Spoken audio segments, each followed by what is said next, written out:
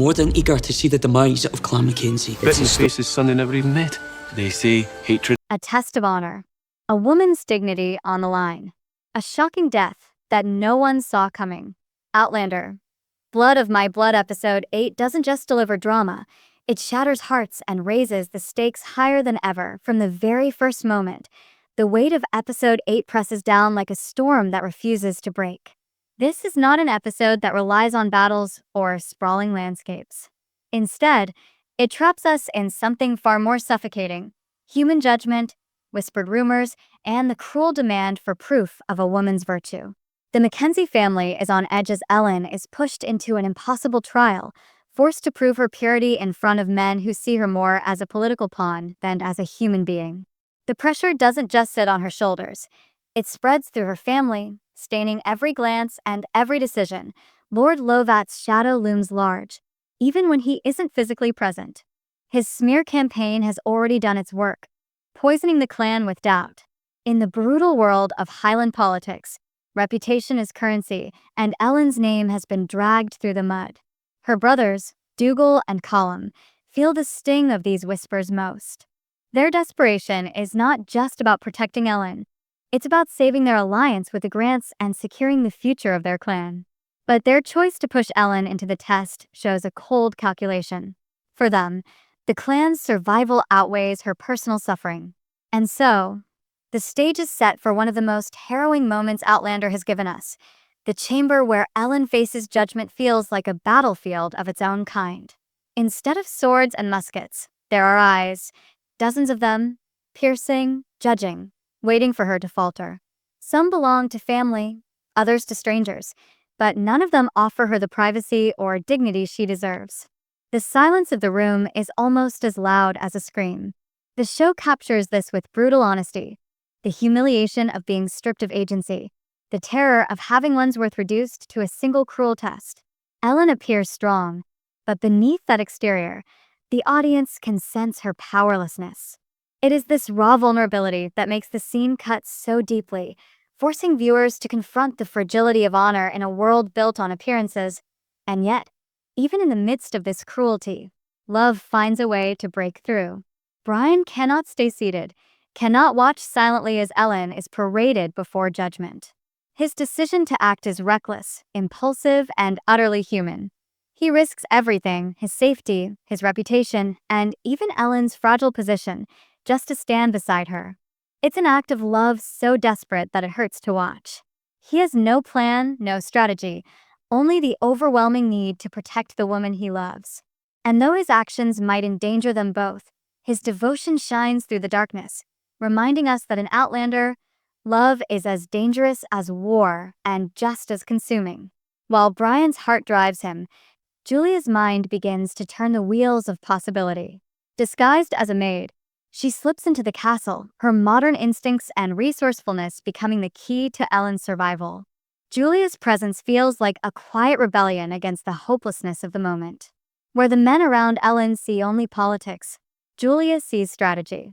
Her intervention is clever, daring, and deeply tied to the essence of Outlander itself: time, knowledge, and the advantage of perspective. By stepping into the shadows and finding a solution, Julia reminds both the characters and the audience that resilience can take many forms. Sometimes it is brute courage, sometimes love, but often it is intellect and timing that tip the scales. When Ellen finally emerges, her virtue technically declared intact, the moment is hollow. Yes, she has passed the test, but the cost is written on her face. Her spirit is wounded, her dignity bruised, and no declaration can erase what she has endured. Outlander refuses to give the audience a neat resolution here. Instead, it lingers on Ellen's silence, her eyes that carry both relief and deep pain. This is not victory, it is survival, and survival always leaves scars. Malcolm's role in this aftermath is small yet powerful. Unlike others who focus solely on duty and politics, he alone seems to see Ellen's inner suffering. His empathy stands out in a world hardened by necessity. But as the episode reminds us, kindness is not often rewarded in clan politics. Malcolm may understand the cost Ellen has paid, But whether his softer heart can withstand the brutal demands of leadership remains an open question. And then, as if Ellen's ordeal wasn't enough, the episode delivers another crushing blow. The sudden death of Isaac Grant shifts the ground beneath every character. His passing happens off-screen, but the weight of it is no less impactful. For fans, it carries an added sting, honoring the real-world loss of actor Brian McCarty. Within the story, Isaac's absence creates a dangerous vacuum. Malcolm now stands to inherit not just his father's position, but also the burdens and rivalries that come with it. His fairness and empathy may serve him well, but stepping into power in the Highland world means learning to harden one's soul, or risk being destroyed by those already circling in the shadows. By the time this section of the episode closes, one truth is clear. The real war is not always fought with steel. Sometimes it is waged in chambers filled with whispers, in families torn between loyalty and survival, and in the hearts of those who dare to love in a world built to crush it. Outlander has always thrived on this delicate balance of history and humanity, and Episode 8 proves once again that emotional scars can be as devastating as battlefield wounds. The shadow of Ellen's test lingers heavily as Episode 8 moves forward, and the story refuses to let the audience breathe. What begins as humiliation for one woman quickly spirals into consequences that touch everyone around her. Clan politics, love, and loss intertwine so tightly that it's hard to see where one ends and the other begins. Outlander reminds us yet again that no action is isolated. Every sacrifice, every rumor, every desperate choice echoes through the lives of those caught in its web. Brian's impulsive act of standing beside Ellen does not vanish into the background. Instead, it ripples through the family like a stone thrown into dark water. His loyalty is undeniable, but it is also dangerous. To the McKenzie brothers, his gesture looks less like protection and more like a threat to everything they've built. The alliance with the Grants depends on Ellen's perceived purity, and Brian's interference risks drawing suspicion, even if his heart was pure. This conflict between love and politics is one of the sharpest blades the show wields, and in Episode 8, it cuts deep. Julia's secret involvement creates another layer of tension. Her disguise as a maid and her clever maneuvering may have saved Ellen, but it cannot remain hidden forever. Secrets in this world have a way of surfacing at the worst possible times. And when Julia finally reveals herself, the shock it delivers is seismic. Henry, the man who believed she had died in childbirth, comes face to face with her. His reaction is one of disbelief and devastation, his eyes telling a story of betrayal and grief long before words leave his lips. The reunion between Julia and Henry is brief, but it lands with the weight of a season finale. For years, Henry has lived with the memory of her death, his life shaped by the pain of losing both wife and child. Now, before him, stands the woman he mourned, alive, breathing, and holding secrets he never imagined. The cruel twist is sharpened even further when Julia confesses the existence of their son, William. This revelation tears Henry apart, reopening wounds he thought had long scarred over. His anguish is palpable, his voice cracking under the strain of betrayal and hope. But before the moment can play out, Brian drags Julia away, desperate to keep her safe and hidden. What could have been a healing reunion instead becomes another fracture, leaving Henry reeling and the audience shaken. This reunion is not just a shock, it's a promise. A promise that the story still has bigger storms ahead, that the truth of Julia's survival and William's existence will not stay buried. Outlander thrives on these layered truths, where one revelation leads to another, and each secret uncovered only makes the ground more unstable. Episode 8 plants seeds that are sure to grow into explosive confrontations in the final chapters of the season. Meanwhile, the sudden death of Isaac Grant reshapes the political board. Though his passing happens off-screen, its effects are immediate and devastating. The Grants lose a leader, the McKenzies lose a valuable ally, and Malcolm is thrust into a role he never expected to inherit so soon. The transition of power is rarely smooth in this world, and Malcolm's gentle nature is already being tested. Unlike his father, he leans toward fairness and empathy, qualities that win respect from some but signal weakness to others. Lord Lovat, ever the manipulator, sees opportunity in every shift, and even in absence his hand can be felt tugging at the strings of power. The schemer's influence is subtle but suffocating. Even when he doesn't appear on screen, Lord Lovat's presence is everywhere, in the whispers that undermine trust, in the doubts that corrode alliances, in the quiet paranoia that takes root in the clan. His tactics are not of brute force but of corrosion, slowly wearing away the foundations of unity until people begin to crumble from within. Watching his schemes unfold is chilling because it reminds us that enemies don't always come with swords drawn. Sometimes they destroy with whispers, and those whispers can be deadlier than steel. The theme of honor versus survival pulses through every interaction in this section. Ellen's ordeal is about preserving her family's future, even if it means breaking herself. Brian's rash loyalty is about protecting Ellen, even if it threatens everything else. Julia's interventions are about rewriting fate, using her knowledge of the future to change what should have been. And Henry's torment is about survival too, living with grief and now being forced to question whether everything he believed about his past was a lie. Each character is locked in a battle where love collides with duty, and survival demands sacrifices that no one should be forced to make. The episode doesn't rely on spectacle to create tension. It builds its intensity from the inside out. The audience feels the tightness in Ellen's chest, the tremble in Brian's voice, the cold calculation of Dougal and Colum, and the raw devastation in Henry's silence. These are not grand battles fought in the open. They are intimate wars fought in hearts, in families, and in the fragile bonds that hold people together. And when those bonds break, the fallout is often more destructive than any clash of armies. As Section 2 comes to its close, the episode leaves its characters in a state of dangerous uncertainty. Ellen has survived her test but carries scars no one can see. Brian's devotion is both her salvation and her curse. Julia has risked everything to protect Ellen, but at the cost of reopening a past that refuses to stay buried. Henry is shattered, and his pain threatens to spiral into consequences no one can yet predict. Malcolm now stands on the edge of power, tested in ways he may not be ready to endure. And over it all, Lord Lovat's unseen hand continues to twist the future. Every thread in this tapestry is fraying, and the more the characters try to hold them together, the faster they seem to unravel. With only 2 episodes left, Outlander. Blood of My Blood promises that the most painful sacrifices, the deepest betrayals, and the most shocking revelations are still to come.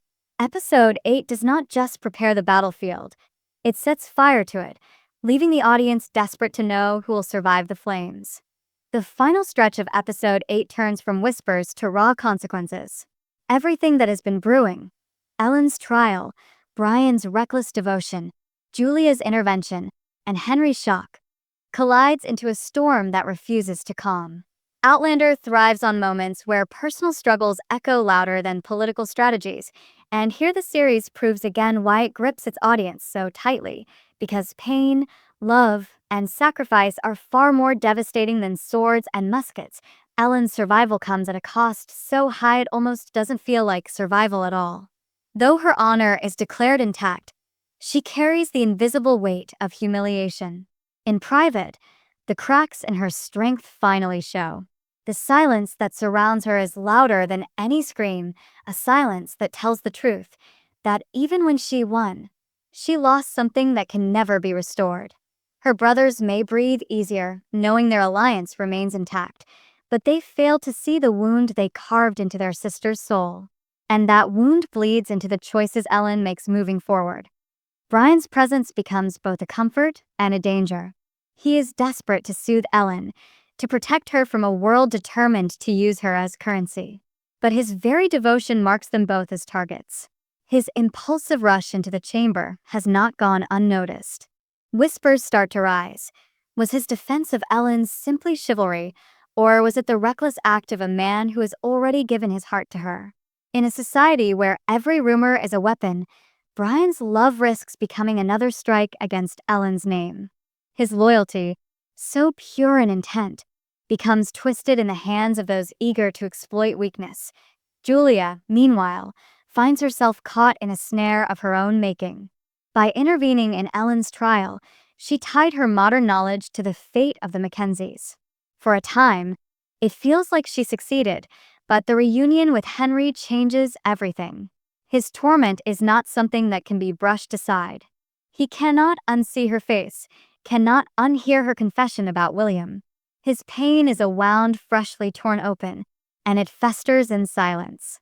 Julia's heart is torn between gratitude for Brian, guilt for Henry, and fear for William. She has changed the past, but at what cost? Time, as Outlander has always reminded us, never bends without breaking something in return. And then there is Malcolm. With Isaac Grant gone, the young man is thrust into a role he may not be ready for. Leadership in the Highlands is not about kindness, it is about survival. Malcolm's empathy for Ellen makes him admirable, but admiration is rarely enough to hold power. Rivals circle like wolves, waiting for him to falter. And standing in the shadows, Lord Lovat continues to weave his schemes. He doesn't need to appear in person. His influence bleeds into every decision, every hesitation, every fear. His strategy is simple: to let others destroy themselves, while he quietly waits to claim the spoils. The death of Isaac Grant adds a grim finality to the episode. It is a reminder that not all loss is noble, not all tragedy comes with meaning. Sometimes death simply arrives, cutting a thread that seemed unbreakable. Isaac's absence forces every character to face the fragility of their world. His passing is not just the end of a life, it is the end of a balance. With him gone, alliances weaken, loyalties shift, and opportunities for betrayal multiply. The Highlands are no place for uncertainty, and Malcolm now stands in the crosshairs of every schemer who smells blood in the water. The emotional climax of episode 8 lies not in Ellen's test itself, but in the aftermath. Each character carries scars, some visible, some hidden, but all equally dangerous. Ellen is marked by shame she never deserved. Brian is haunted by his inability to protect her without risking everything. Julia is torn between two men, two lives, and the crushing weight of secrets. Henry is left shattered, betrayed by the very truth he longed to know. Malcolm is cornered by power he never asked for. And through it all, Lord Lovat pulls strings that tighten like noose around them all. By the time the credits roll, the air is thick with unease. The audience is left suspended, knowing that the final 2 episodes must bring the storm crashing down. Will Ellen's dignity ever be restored, or will her scars define her forever? Can Brian's reckless devotion save her, or will it doom them both? Will Julia's secret survive, or will Henry's pain turn into vengeance? And will Malcolm rise as a leader, or will Lord Lovat's scheming consume him before he can even begin? Episode 8 doesn't give answers. It gives questions, and each one burns hotter than the last. That is the brilliance of Outlander at its best. It shows us not just battles of clans, but battles of hearts. It reminds us that love is both salvation and destruction, that survival is both victory and loss, and that honor is often nothing more than the stories others choose to believe. And so, with 2 episodes left, fans are left gripping the edge of their seats. The path ahead is uncertain, the stakes higher than ever. Outlander has made one promise clear: no one will escape unscathed. The trials of honor, the wounds of love, and the whispers of betrayal are only the beginning. What lies ahead may not just change the fates of clans, it may shatter the very people we've come to love. Episode 8 shocks not because of spectacle, but because of its humanity. It wounds us because it wounds them. And in true Outlander fashion, it leaves us both dreading and craving the next chapter. The storm has only just begun.